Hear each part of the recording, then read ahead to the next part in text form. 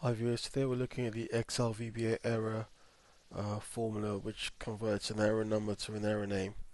So first of all you need to record a macro to be able to write your code within that. So in the View tab of Excel 2013, within the macro section, in the macros drop down, click on record macro, and then I'm going to give this macro name of error underscore fx and click on OK, and then I'm going to stop the macro from playing.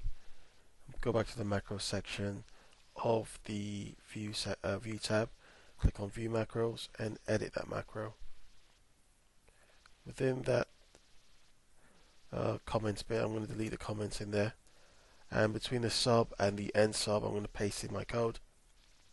The bits with the apostrophe in green are comments, and within in the middle with the blue writing there is basically the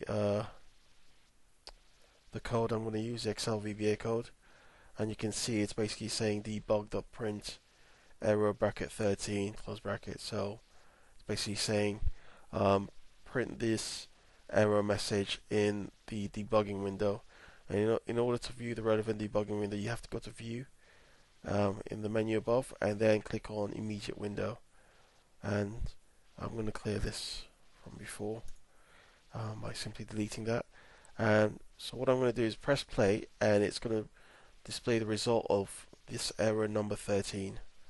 So if I click play there, you can see error number 13 equates to a type mismatch, and that's basically how to create an error message in Excel 2013 VBA using the debug, print and immediate window.